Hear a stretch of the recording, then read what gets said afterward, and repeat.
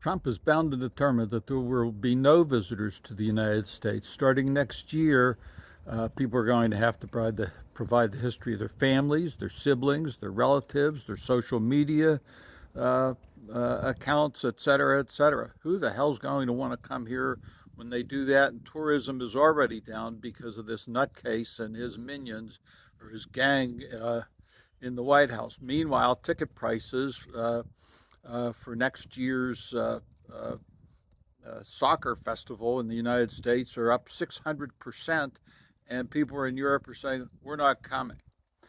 This is going to be and potentially for a complete disaster because of this buffoon and his policies and his made up Peace Prize. Meanwhile, measles are spreading throughout South Carolina and on up to Connecticut. We haven't heard about a measles outbreak in this country for years of this type because the druggie RFK Jr.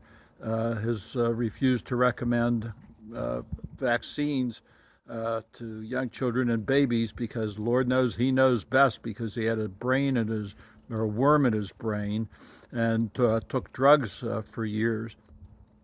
Uh, but there is a spark of, excuse me, a spark of good hope in this, and that's the Indiana state legislature, dominated by Republicans, refused to bend the knee to Donald Trump and his stupid effort to redistrict states. They've done that in Texas with Greg Abbott, uh, uh, who is a rabid MAGA sycophant.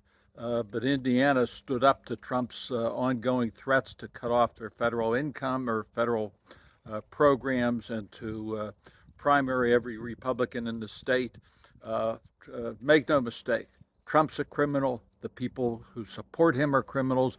They don't know the Constitution. They haven't read our Constitution. They don't understand our history. And they don't have America's best interests at stake. They have themselves and their money as their only interest.